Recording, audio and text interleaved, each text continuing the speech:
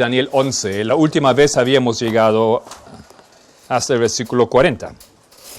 Habíamos dedicado un poco de tiempo. Se podría hablar mucho más de los eventos que acontecieron, que están grabados en Daniel 11. Pero vamos a, en esa hora, avanzar y entrar en 41. En la última hora yo había mencionado ya lo que pasa en el versículo 41. Después que el rey del norte en el 40 conquista o había conquistado, ya conquistó al rey del sur, reconquistó lo que había perdido. Después de empeñar esa trayectoria para luego poder sentarse sobre el trono, algo que está en el futuro todavía, Rusia había caído, el comunismo había caído, ha sido aplastado por las maniobras, por la influencia, por la política, por el esfuerzo del papado, el rey del norte. Ahora, en la lógica de Daniel 11 y del libro de Daniel, no se termina la batalla allá. Eso recién es el comienzo. Hemos visto en Daniel 11, versículo 16, que cuando Roma pagana entra en el escenario de la historia, la Biblia dice lo siguiente: y el que vendrá, eso es Roma pagana, contra él, en aquel entonces rey del norte, o sea, Seleuco, y el que vendrá contra él hará su voluntad, lo que quiere hacer, y no habrá quien se le puede enfrentar. Diciendo aquí, con esas palabras, que Roma entra a la historia, hace lo que quiere, saca de encima todo quien que le quiere impedir en su avance, y estará en la tierra gloriosa, segundo pase, la cual será consumida en su poder. 65 a.C., Roma pagana conquista a las tierras de Siria, conquista a lo que era lo del reino de Seleuco. 63, Pompeyo conquista a Israel, a Palestina. Y un poco más adelante, en el versículo 25, esos pasos de conquistar siguen y culminan en la victoria de Roma pagana sobre el sur, el rey del sur, o sea, Ptolomeo en ese asunto. Y despertará, dice en el versículo 25, sus fuerzas y su ardor contra el rey del sur con gran ejército. 31 a.C. Tenemos aquí esos tres pasos. Tienen que conquistar Roma pagana a esos tres territorios, al rey del norte, a tierra gloriosa y al rey del sur. Luego puede empezar lo que la Biblia le da como tiempo de gobernar soberanamente. Antes no juega ese papel todavía. Y lo mismo vemos aquí, a partir del versículo 40, aconteciendo con Roma papal. Ha conquistado el rey del sur. No es la misma secuencia, pero se trata de las mismas áreas, ahora en sentido espiritual. Y en el versículo 41 dice: entrará a la tierra gloriosa, y muchos caerán. Si en vuestras Biblias dice muchas provincias, la palabra provincia no está en el texto original. Fue añadida una vez más por los traductores para hacer sentido en su lógica. Entrarán a la tierra gloriosa, muchos caerán en ese momento, mas éstas escaparán de su mano: Edom y Moab, y la mayoría de los hijos de Amón. Esto es aquí la información en ese versículo. Creo yo que en esta hora vamos simplemente a explicar la primera parte, o sea, qué significa eso, que Él entrará en la tierra gloriosa. Para la próxima hora será el resto de ese versículo.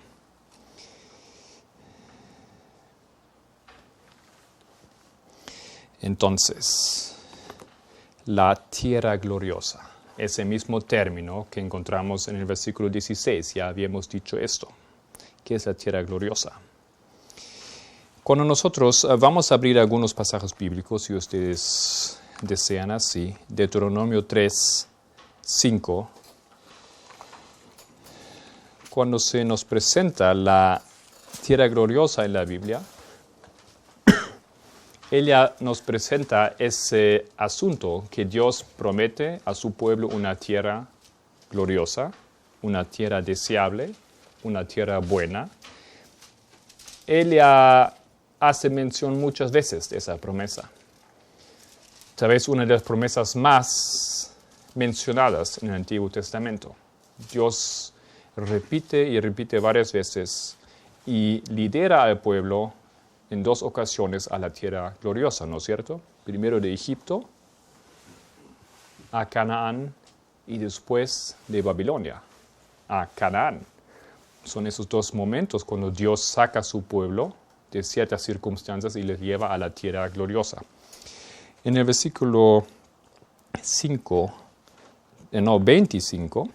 de Éxodo, no, ¿qué estoy diciendo? Deuteronomio había dicho eso, ¿es correcto? Deuteronomio, capítulo 3, 25, dice lo siguiente.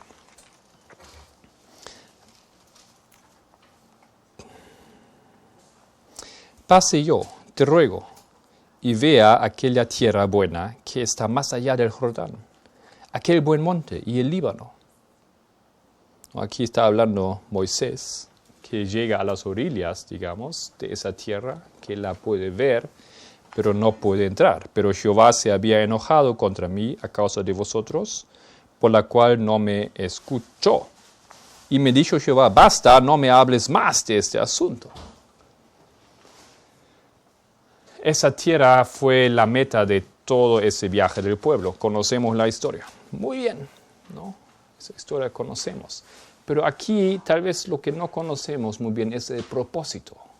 Tal vez no nos queda muy claro por qué Dios le dio esa tierra. ¿Así nomás de regalo? ¿Era así nomás un regalo? Dios hace las cosas siempre con un propósito, ¿no es cierto? Para el bien del pueblo, para el bien de la humanidad. No, lo que Dios hace nunca es egoísta, nunca es simplemente a complacer los sentimientos o las emociones o los deseos superficiales. Entonces él dice eso aquí, y Elena White comenta en Patriarcas y Profetas 502, 503.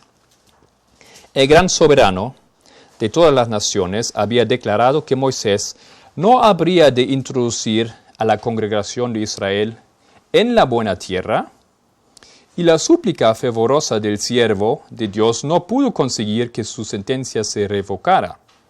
Él sabía que había de morir. Sin embargo, no había vacilado un solo momento en su cuidado de Israel. Con toda fidelidad había procurado preparar a la congregación para su entrada en la herencia prometida. Eso nosotros conocemos bien, ¿no? Pero estamos para completar la lógica de ese argumento que estamos edificando, damos aquí esas informaciones. Tal vez hay algún participante en esa conferencia que está nuevo en esos asuntos y necesitamos toda la información.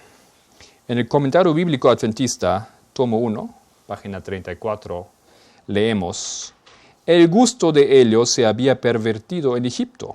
¿El gusto de quién? Del pueblo de Dios. Dios quería restaurar su apetito a un estado de pureza y salud, a fin de que pudieran disfrutar de sus sencillos frutos que fueron dados a Adán y a Eva en el Edén. Estamos aquí realmente hablando del apetito, del hambre, de lo que tiene que ver con el estómago y la boca. Estaba por establecerlos en y eso es muy interesante, un segundo Edén, una buena tierra. Ese pensamiento para mí era nuevo al leer esos textos aquí. Un segundo Edén, yo no sabía eso. Hasta este punto Dios había preparado esa tierra para su pueblo. Era algo increíble, lindo, maravilloso, donde podrían disfrutar ¿de qué? de las frutas y de los cereales que les proporcionaría. Nosotros hoy en día muchas veces el mensaje de la salud lo conocemos y lo enseñamos tal vez, pero justamente en las tierras de Sudamérica es muy difícil encontrar realmente a alguien que no coma carne. ¿Ya? En las estaciones que Dios me ha dejado obtener en los años pasados en el continente Sudamérica, muy difícil encontrar gente que ya no come carne. Bueno, la verdad que casi nadie come carne, pero comen pollo, ¿no es cierto? Eso es el asunto. O comen pescadito. Pescadito frito ahí en el platito nunca falta, ¿no? Pollito un poco. O no en casa, pero siempre cuando uno está afuera, ¿no? Y los pastores también con gusto se sienten en las mesas y bueno, una excepción, ahí tienen el platito con el pollito. No, eso, aquí yo no estoy atacando, digamos, porque no se trata de carne impura, pero lo que Dios quiere aquí, eso nosotros estamos hablando después del diluvio, ¿no es cierto? Ese argumento que a veces está en nuestras cabezas, que está todo permitido porque es puro, pura, carne blanca, carne limpia, aunque sabemos que la peor carne casi que existe hoy en día es la de pollo. A pesar de eso, aquí en esa situación, Dios quería preparar al pueblo a una tierra como Edén, donde podían disfrutar de las frutas y los cereales, dice aquí. Muy interesante eso. Restituir lo que el pueblo había perdido en Egipto. En Egipto seguramente no solamente han comido carne pura, sino también carne impura. Sigue aquí la información del espíritu de profecía. Se proponía quitarles el régimen alimentario excitante con el que habían subsistido en Egipto, pues quería que estuvieran en perfecta salud y vigor cuando entraran en la hermosa tierra hacia la cual los estaba conduciendo. De modo que las naciones paganas circunvecinas se vieran constreñidas a glorificar al Dios de Israel, al Dios que había realizado una obra tan maravillosa para su pueblo. El nombre de Dios no podía ser glorificado a menos que el pueblo lo reconocía como el Dios del cielo, gozara de perfecta salud.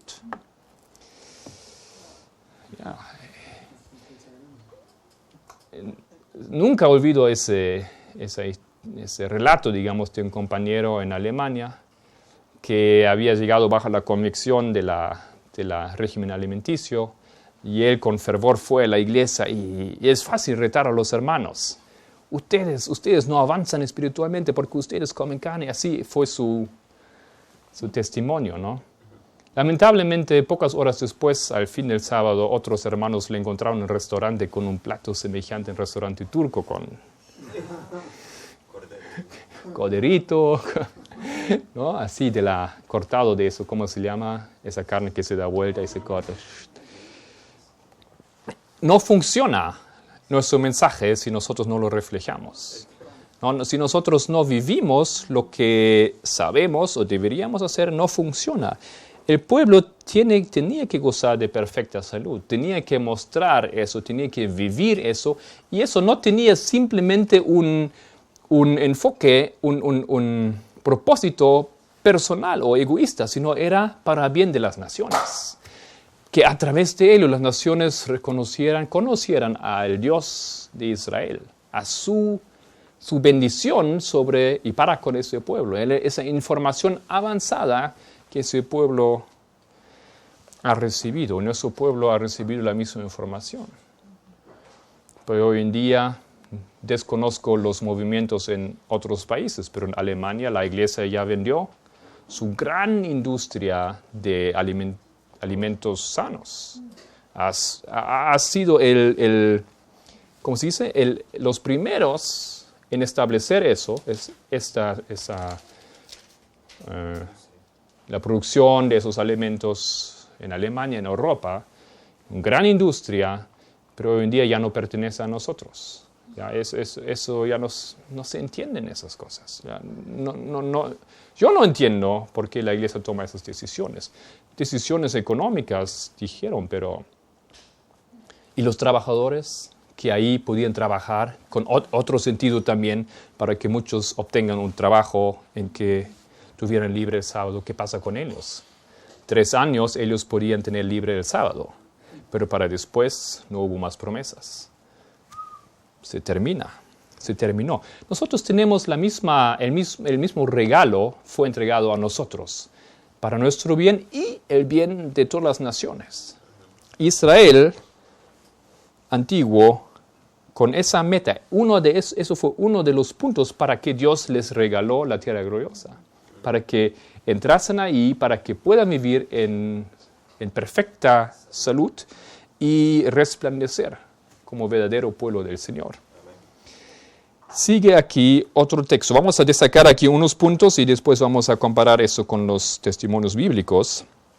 La ley de Dios debía ser exaltada, su autoridad mantenida. Eso encontramos en Profetas y Reyes, página 11 y página 12. La ley de Dios debía ser exaltada, su autoridad mantenida. Esta obra grande y noble fue confiada a la casa de Israel. Claro, nosotros sabemos eso. El pueblo de Israel no tendría que ser autosuficiente. No va a ser difícil encontrar hasta hoy en día personas que pertenecen al pueblo judío o pueblo de Israel que piensan que no tienen ninguna necesidad de ninguna información sobre la religión porque ellos son y serán siempre y han sido siempre el pueblo elegido de Dios, autosuficiente. ¿Ya?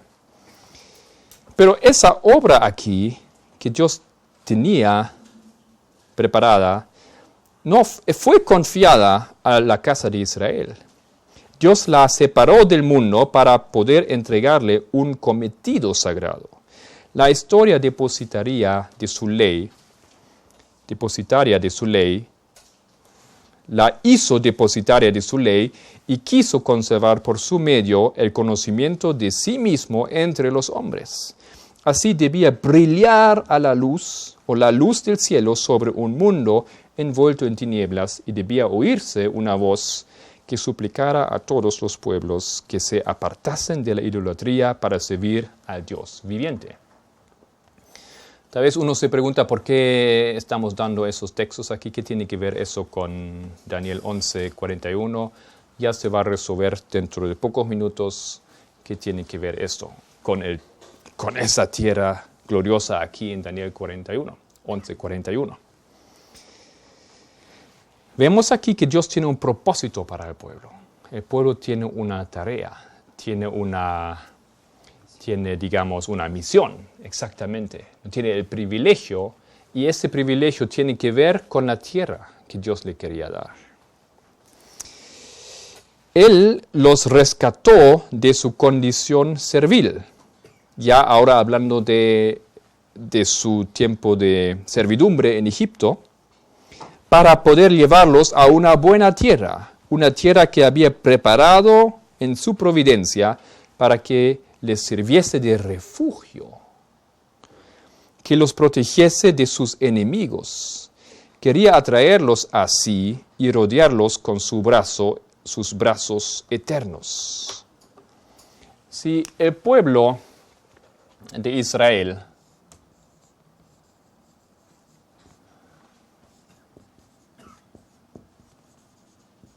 estaba en cautiverio o servidumbre en Egipto, ese estado tenía que ser quebrantado, terminado, y Dios quería llevar a su pueblo a la tierra gloriosa. Y en la tierra gloriosa, el pueblo tenía que representar a Dios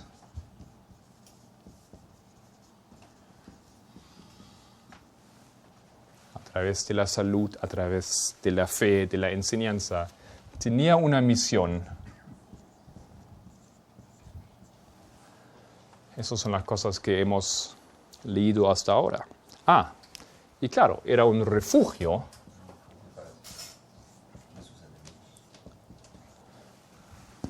porque ¿qué pasa ahí con la religión del pueblo de Israel?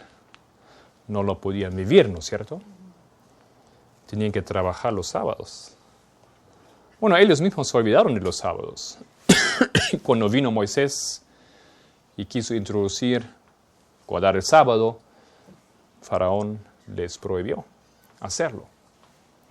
Entonces su religión ahí no podían vivir. Tampoco tenían templo, ¿no es cierto? No tenían el sistema del sacrificio ahí, no era posible. No tenían sacerdotes, era limitado lo que ellos podían hacer según su fe. Nosotros nos limitamos hoy en día también. Aunque hay libertad, nosotros estando bajo ciertas circunstancias, en torno de ciertos amigos, familiares, nos limitamos y nos escondemos con nuestra fe. Y lo hacemos así para que nadie se entera, a veces. Sigue el texto, Profetas y Reyes, página 12. De este modo acercó así a los israelitas. Él acercó al pueblo así, protegiéndoles, para que morasen como a la sombra del Altísimo, milagrosamente protegidos de los peligros que arrostraron en su peregrinación por el desierto, quedaron finalmente establecidos en la tierra de promisión como nación favorecida. Aquí tenemos un término que vamos a colocar aquí, favorecidos. Ellos estaban bajo la protección del Señor, bajo las alas del Dios omnipotente. Tenían circunstancias maravillosas, una tierra ideal, perfecta, donde crecía todo lo que ellos deseaban. Tiene una playa, ¿no es cierto? Tiene grandes lagos, tiene montañas por un lado. Es una área magnífica donde Dios les había colocado. Estaban favorecidos. Ya hemos leído Éxodo no hemos leído ahora. Vamos a, por favor, si ustedes quisieran, abrir Éxodo 3, versículos 7 y 8. Dijo luego Jehová: bien he visto la aflicción de mi pueblo que está en Egipto. Éxodo 3, 7 y 8. Bien he visto, y he oído su clamor a causa de sus exactores, pues he conocido sus angustias, y he descendido para librarlos de mano de los egipcios, a sacarlos de aquella tierra, a una tierra buena y ancha, a tierra que fluye leche y miel, a los lugares del cananeo, del eteo, del amorreo, del fereceo, del heveo y del jebuseo. El clamor, pues, de los hijos de Israel ha venido delante de mí, y también he visto la opresión con que los egipcios lo opriman. Ven, por tanto, ahora, y te enviaré a Faraón.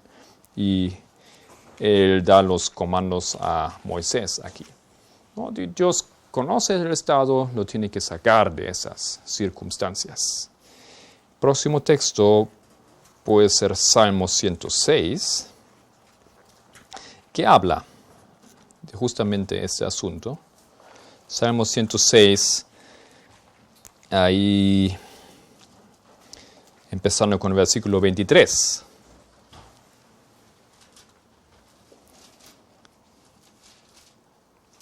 Tal vez el 21.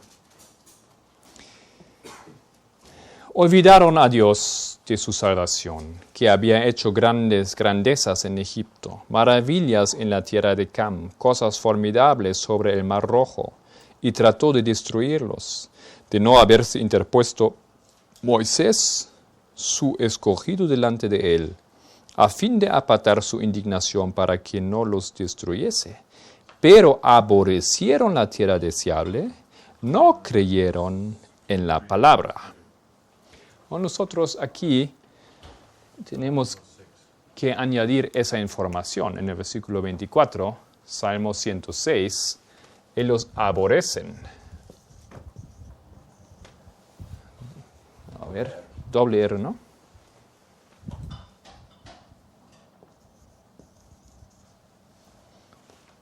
aborrecen a ese don, a ese regalo, a esa tierra. ¿Ya?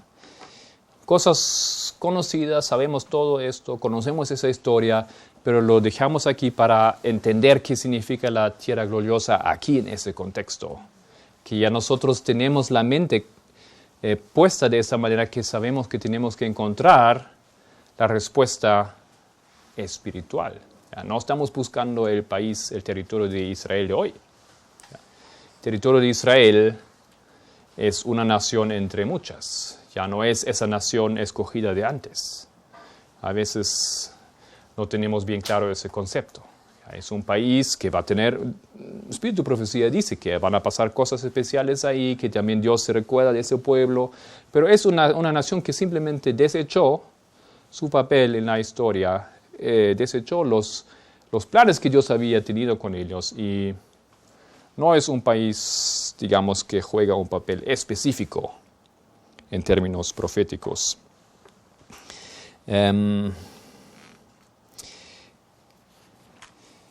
Un texto paralelo ahora, porque ya había dicho que no solo una vez Dios sacó al pueblo, sino 2 veces por lo menos, ¿no es cierto? Jeremías 3, versículo 18. En Jeremías 3, versículo 18,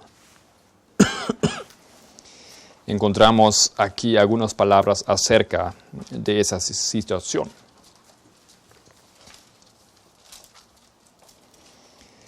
En aquellos tiempos irán de la casa de Judá a la casa de Israel y vendrán juntamente de la tierra del norte a la tierra que hice heredar a vuestros padres. Ellos estaban en Babilonia, a eso se refiere, y Dios promete que lo va a sacar de esa tierra, de esa misma situación de servidumbre. Ahora ya no Egipto, sino Babilonia. Viene la promesa que Dios les va a sacar de allá. Yo preguntaba, ¿cómo os pondré por hijos y os daré la tierra deseable, la rica heredad de las naciones? Y dije, me llamaréis Padre mío, y no os apartaréis de en pos de mí. Para mí eso es uno de los textos más tristes de la Biblia, porque aquí vemos a un Dios con cariño paternal. Él promete algo a su pueblo, Él dice que lo va a hacer y tiene esa dulce esperanza que el pueblo le va a llamar así, de esa manera. Le va a llamar Padre mío. ¿Ya? Papito. Pero, ¿qué nos dice aquí? Versículo 20. Pero como la esposa infiel abandona a su compañero, así prevaricasteis contra mí, oh casa de Israel, dice Jehová. Voz fue oída sobre las alturas, llanto de los ruegos de los hijos de Israel, porque han torcido su camino, de Jehová su Dios se han olvidado.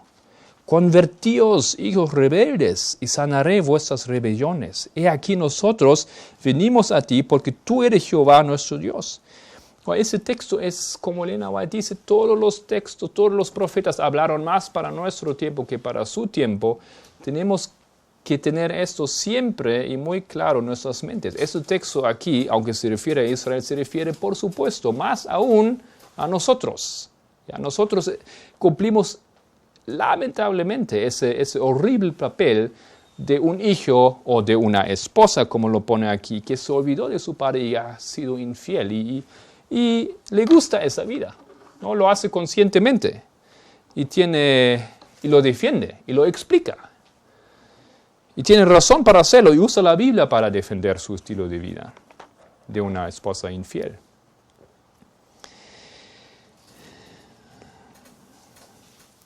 Si nosotros ahora, en las palabras de la Biblia, queremos dar una respuesta para todo eso, ¿por qué Dios hace eso? ¿Por qué Dios hizo eso?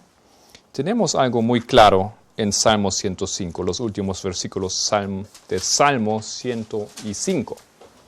Porque Dios dice claramente ahí, sacó a su pueblo con gozo, con júbilo, a sus escogidos. Salmo 105, versículo 43. Sacó a su pueblo con gozo, con júbilo, a sus escogidos, ¿no? Como padre, con tanto amor, y les dio la mejor tierra de todas las tierras, el país más deseable. Les dio las tierras de las naciones y las labores de los pueblos heredaron. Pero ¿ves qué dice en el 45? Para que guardasen sus estatutos y cumpliesen sus leyes. ¿Por qué Dios les dio esa tierra? Para que guardasen sus estatutos.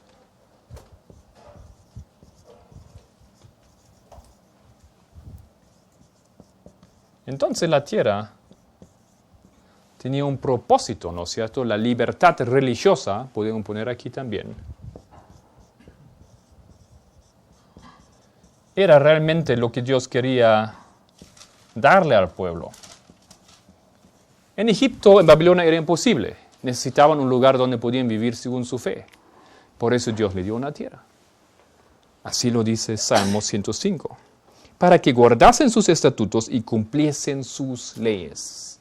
O ellos ahí podían, no podían en las circunstancias donde estaban. O, como Elena White dice, difícilmente nosotros vamos a conseguir un cambio de nuestro carácter mientras que vivamos en las ciudades. Ella no dice que es absolutamente imposible, pero dice que casi nadie va a conseguir eso.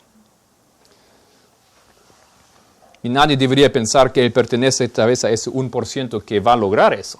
No, es imposible. No vamos a lograr eso.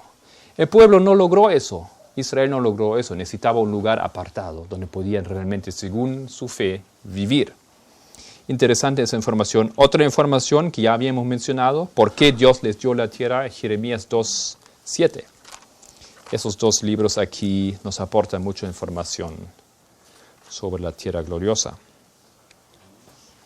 Jeremías 2, versículo 7.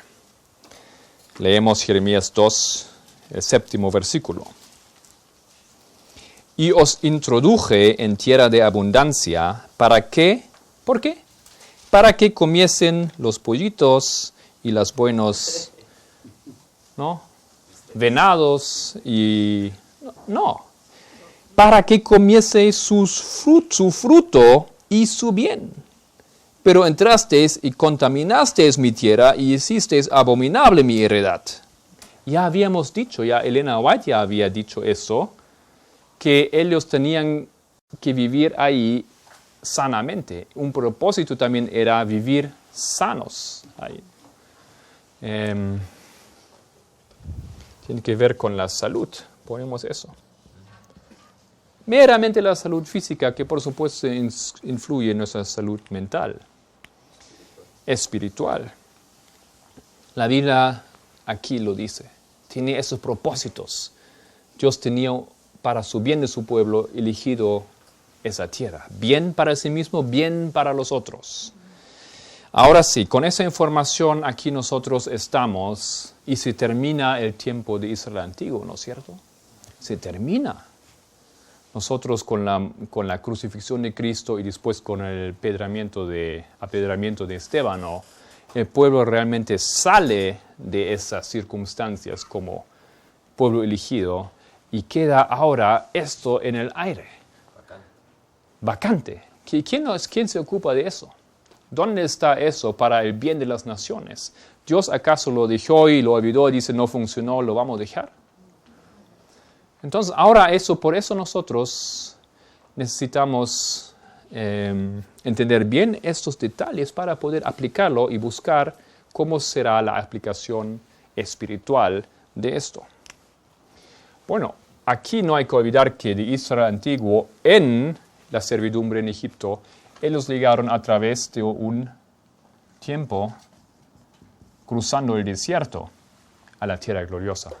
¿No es así? ¿Por cuánto tiempo?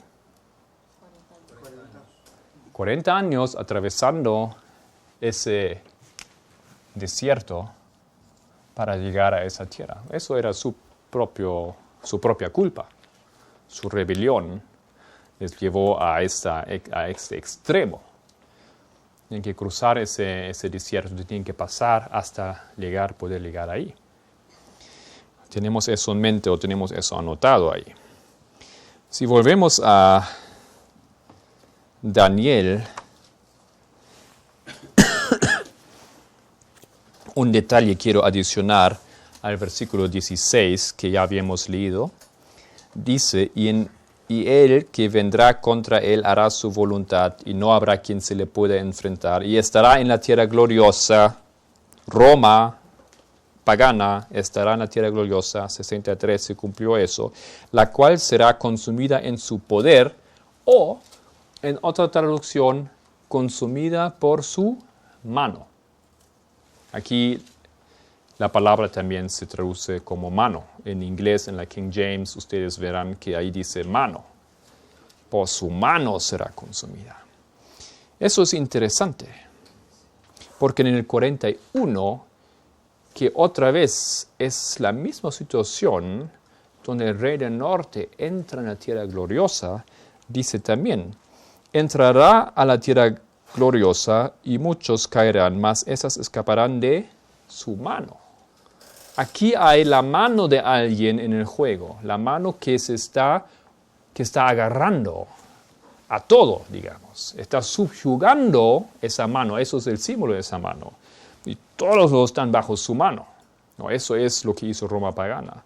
El pueblo estaba bajo su mano, su mando, y aquí también en el 41 se repite lo mismo. Nosotros tenemos aquí esos indicadores que nos ayudan a entender que es la misma historia.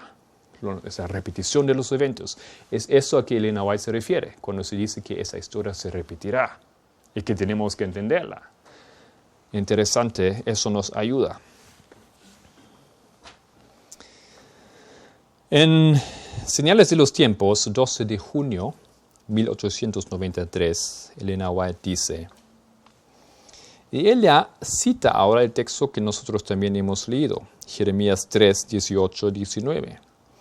En aquellos tiempos irán de la casa de Judá a la casa de Israel, y vendrán juntamente de la tierra del norte a la tierra que hice heredar a vuestros padres.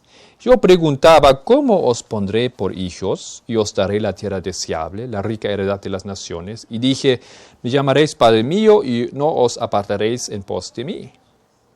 Bueno, aquí obviamente se refiere a Israel antiguo. Y ella ahora sigue diciendo, cuando la tierra que el Señor proveyó como un asilo para su pueblo, para que lo adoraran de acuerdo con los dictados de sus conciencias, la tierra sobre la cual el escudo de la omnipotencia ha sido colocado por largos años, la tierra que Dios ha favorecido, usando aquí algo que ya hemos leído en referencia a Israel, ¿no es cierto? Una tierra favorecida, haciéndola depositaria de la religión pura de Cristo, cuando esa nación, mediante sus legisladores, abjure los principios del protestantismo. ¿Protestantismo? No hubo protestantismo en el tiempo de Israel antiguo, ¿no es cierto? Entonces, ¿a qué se refiere? Ella cita a Jeremías. Jeremías habla de Israel antiguo, pero ahora habla del protestantismo. No había hasta los años 1500 y algo. Entonces, cuando abjure los principios del protestantismo y promueva la apostasía romana, bueno, la apostasía romana recién entró, ¿no es cierto?, después de los inicios del cristianismo. De quebrar la ley de Dios es entonces que la obra final del hombre del pecado se revelará. Ustedes ya lo han entendido. Ese texto aquí, o la análisis del Espíritu de Profecía se refiere, hablando de Jeremías 3, hablando de la tierra favorecida, habla ahora aquí, lo aplica aquí a otra nación. Lo aplica a los Estados Unidos. Eso aquí se refiere a la ley dominical. Y ustedes pueden leer todo el texto.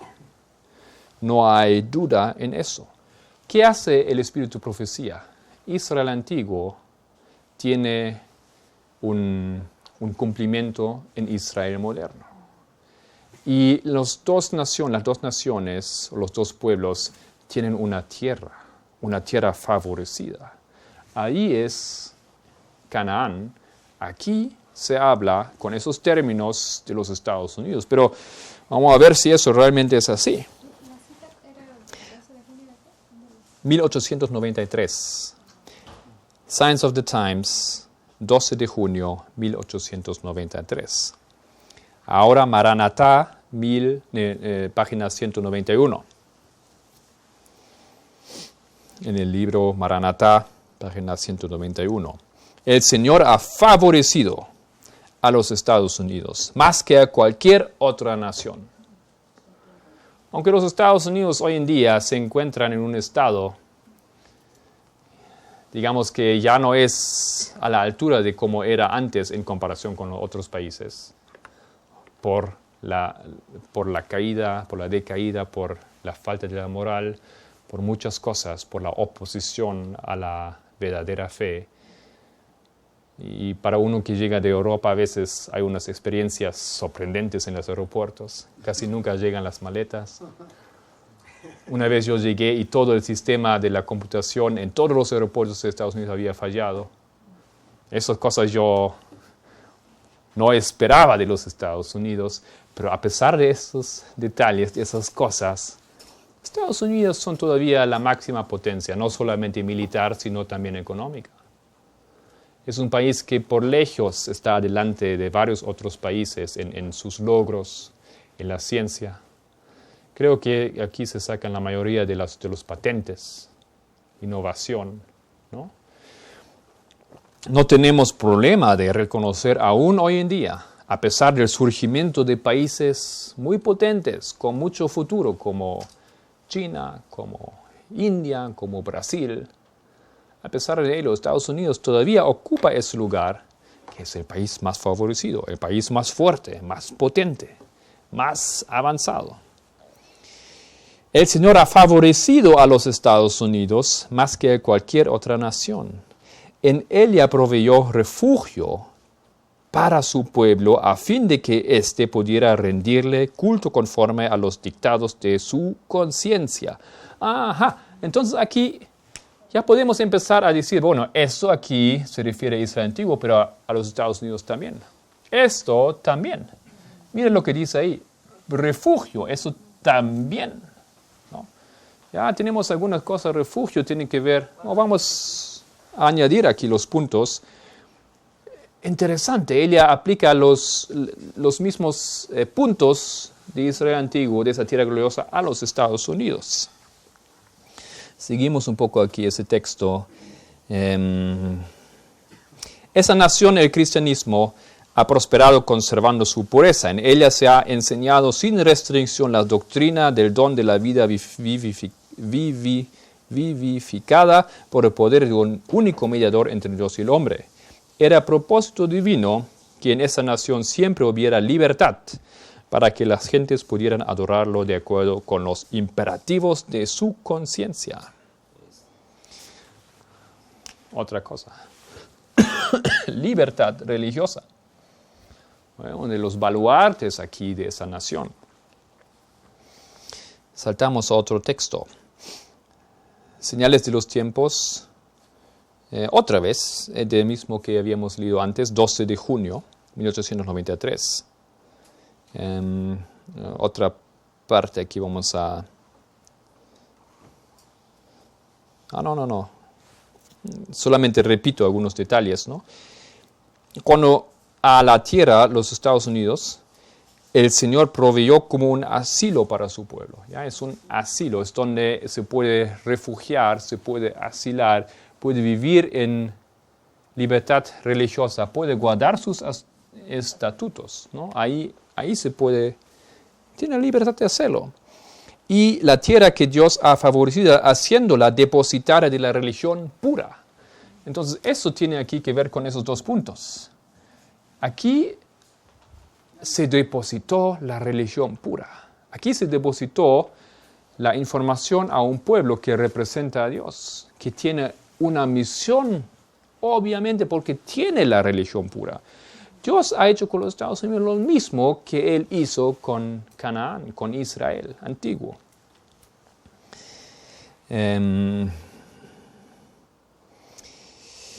Y varias veces aquí encontramos que le habla de la nación favorecida, los mismos términos.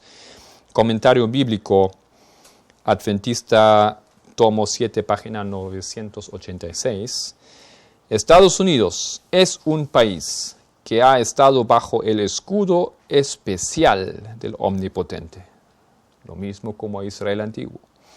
Dios ha hecho grandes cosas. Página 986, tomo 7 del comentario bíblico. Dios ha hecho grandes cosas por este país, pero los hombres transgrediendo su ley han estado haciendo una obra originada por el hombre del pecado. Satanás está llevando a cabo sus designios para comprometer a la familia en la deslealtad. Se repite, ¿ya? Hace ese pueblo lo mismo como hizo el otro pueblo. Mensajes selectos, tomo 1, página 107. Mensajes selectos, tomo 1, página 107. ¿Es en vano que se haya dado la declaración de la verdad eterna a esa nación para ser llevada a todas las naciones del mundo? Oh, aquí muy bien se explica lo que entendemos bajo la misión. Se ha dado la verdad a esa nación para que la lleva a todo el mundo. A todas las naciones del mundo. ¿En vano acaso se hizo eso?, pregunta Elia. Dios ha elegido a un pueblo y lo ha hecho depositario de una verdad saturada de resultados eternos. Le ha dado la luz que debe iluminar al mundo. ¿Se ha equivocado Dios? ¿Somos realmente sus instrumentos escogidos? ¿Somos los hombres y mujeres que han de llevar al mundo los mensajes del capítulo 14? Y etcétera. Entonces aquí encontramos todos los atributos que están relacionados con Israel antiguo, en lo bueno y en lo malo, con esa nación que son los Estados Unidos. Por la salud, ahí no habrá problemas de encontrar textos, ¿no es cierto? Eso también, por supuesto, parte de la misión. No en vano aquí en California, digamos, ¿no? Se encontró que ahí vive gente más saludable en el mundo, con otros 2 lugares. Ustedes recuerden ese análisis de National Geographic hace unos 2-3 años, ¿ya? Bueno, ese tema ya es amplio, ahí hay muchísima información. Elena White habla demasiado sobre eso. Demasiado en sentido positivo, por supuesto. Otro texto aquí, porque ahora vamos a dar otro enfoque, ¿no? En Review and Herald, 28 de febrero, 1856, 28 de febrero 1856, Hiram Edson dice, Hiram Edson, ¿no? Ese pionero, que no fue cualquier pionero, sino aquel que el 23 de octubre tuvo la visión que les abría los ojos al pueblo, al remanente adventista, sobre los acontecimientos del 22 de octubre, cuando Cristo entró en el santuario celestial. Un evento que los más destacados teólogos en nuestra iglesia, como uno puede leer en revistas, dicen que hoy en día ya no sabemos qué aconteció en ese día, 23 de octubre. ¿Ya? No sabemos. Deberíamos saber. Dice Hiram Edson, es principalmente en esa tierra de América, esa tierra americana, que el gran cuerpo de la Iglesia ha compartido su triunfo y prosperidad desde 1798. Él habla aquí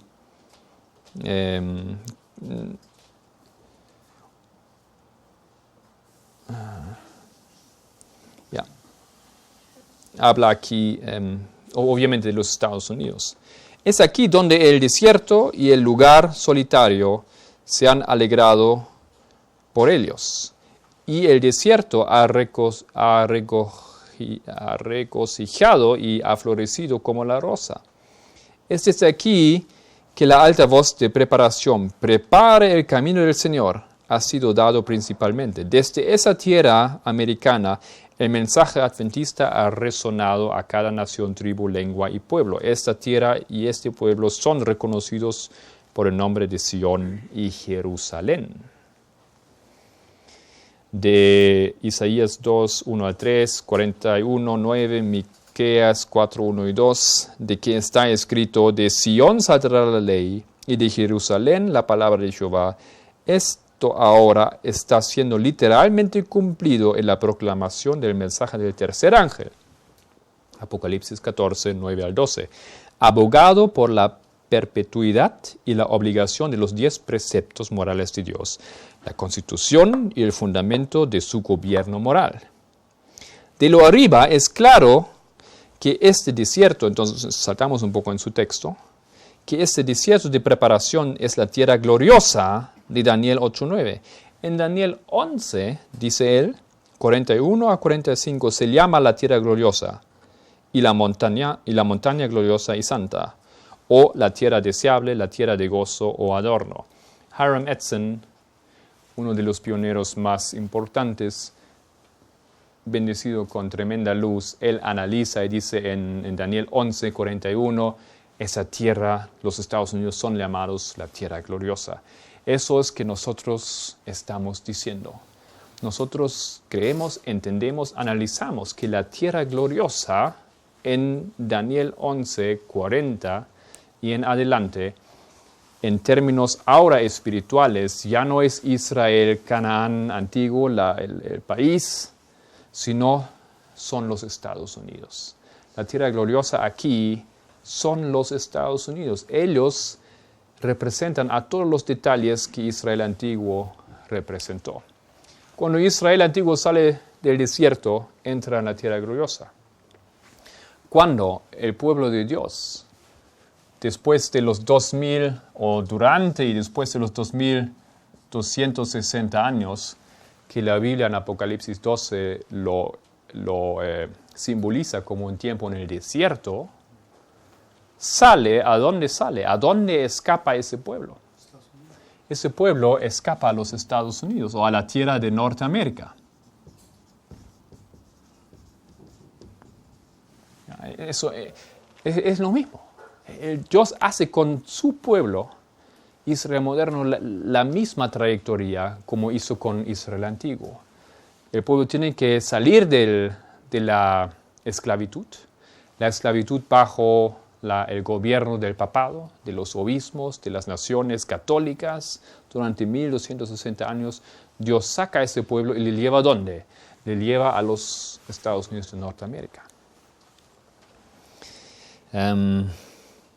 Y ya estamos en la recta final. Aquí 2, 3 textos que nos apoyan en eso. Quiero citar. ¿Cuál era, dice el Espíritu de Profecía, en conflicto de los siglos 493 y en adelante? ¿Cuál era? La pregunta. ¿Cuál era en 1798 la nación del Nuevo Mundo cuyo poder estuviera entonces desarrollándose de modo que se anunciara como nación fuerte y grande, capaz de llamar la atención del mundo? La aplicación del símbolo no admite duda alguna.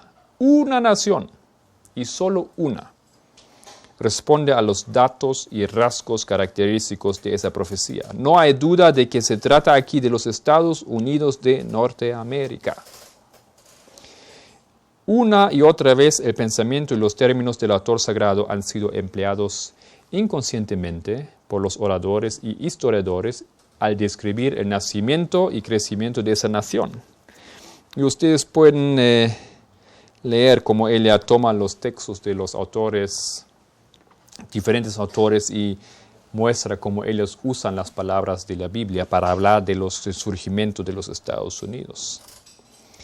Y más adelante Elia dice, los cuernos semejantes a los de un cordero representan juventud, inocencia y mansedumbre, refiriéndose aquí a Apocalipsis 13. rasgos del carácter de los Estados Unidos, cuando el profeta vio que esa nación subía en 1798. Entre los primeros expatriados cristianos que huyeron a América en busca de asilo contra la opresión real y la intolerancia sacerdotal, hubo muchos que resolvieron establecer un gobierno sobre el amplio fundamento de la libertad civil y religiosa. No, entonces ella no nos explica muy claramente que los Estados Unidos han sido preparados por Dios, por el amor, la misericordia de Dios para con su pueblo, para que el pueblo de Israel moderno o el pueblo protestante que iba a formar a Israel moderno, que ese pueblo tuviese la libertad de poder vivir según su convicción, cosa imposible en los países de Europa. Por eso Dios les saca a ese pueblo y les lleva a esas tierras de Norteamérica, para formar justamente lo mismo como en Israel antiguo se formó, para que tengan la misma comisión. Los Estados Unidos, desde luego, nosotros entendemos, representan a la tierra gloriosa aquí en esos versículos. Son la tierra gloriosa hoy en día. No hay nada que habla en contra de ello. Ellos representan a Israel de la antigüedad.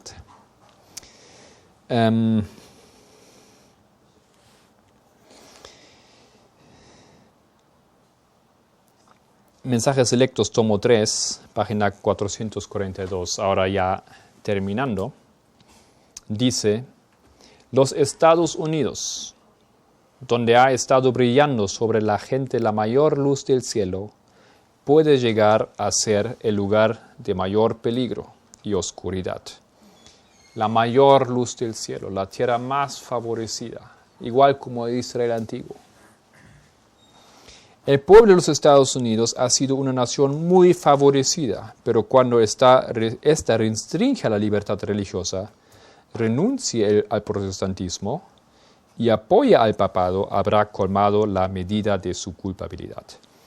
Review and Herald, 2 de mayo 1893.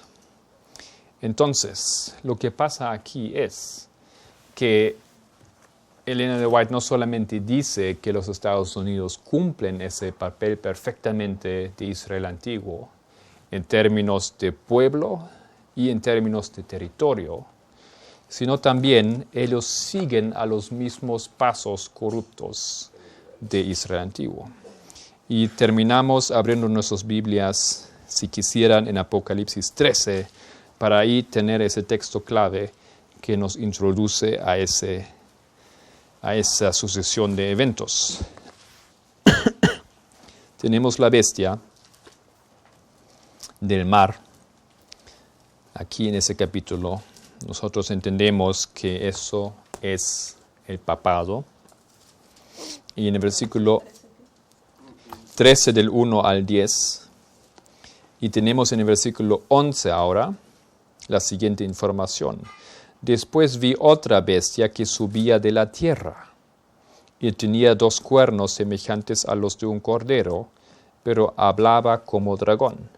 A eso se refería ese texto que recién leímos del Espíritu de Profecía, analizando qué significan esos 2 cuernos y que esa nación, surgiendo en 1798, tienen que haber sido los Estados Unidos.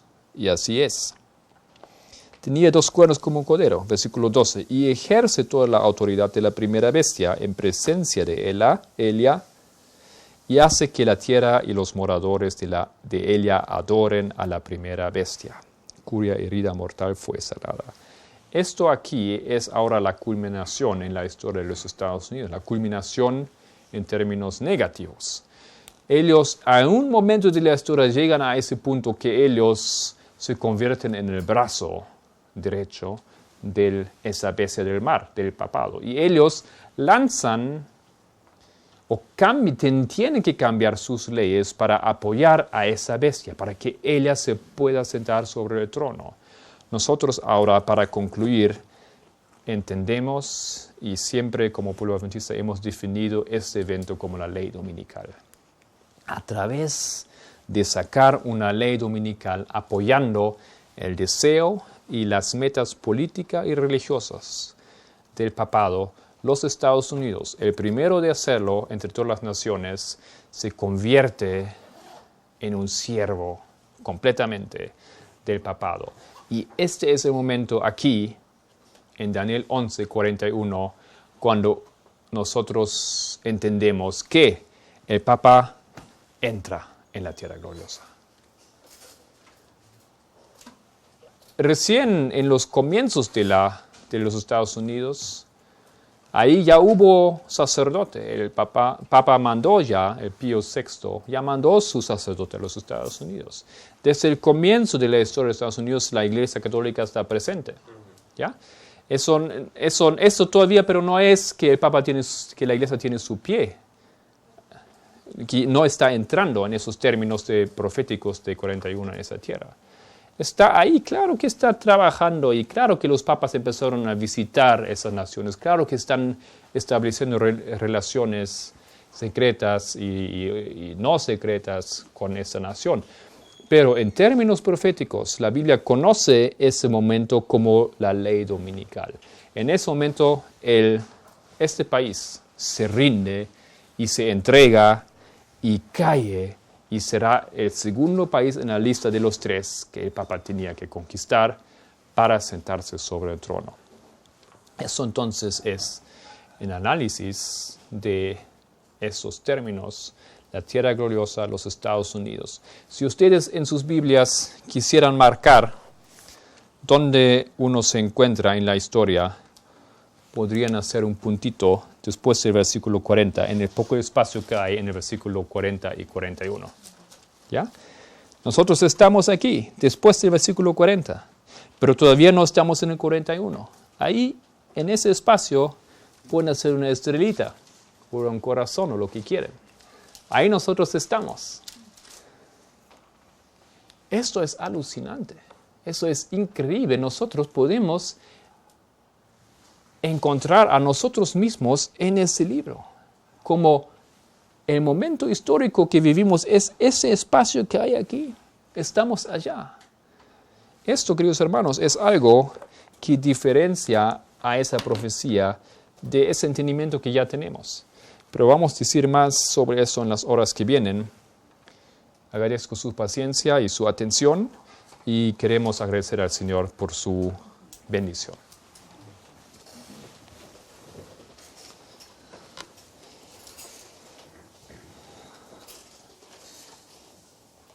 Nuestro Dios en los cielos, en una historia de paciencia y de amor, has guiado los pueblos a la libertad, a través de un pueblo que tú has preparado. Esa historia se ha repetido en nuestros tiempos, pero nosotros vivimos al fin de esos tiempos, donde vemos que ese pueblo que tiene esa comisión está repitiendo los pases que llegan al abismo. Querido Dios, hay la esperanza y la posibilidad de no formar parte de aquellos que decidieron colocar sus caminos en una dirección que no sea bendecida. Ayúdanos que a través de ese estudio también se forma en nuestro corazón la convicción en qué tiempo vivimos y qué debería ser la decisión en nuestras vidas. Te alabamos de corazón. Amén.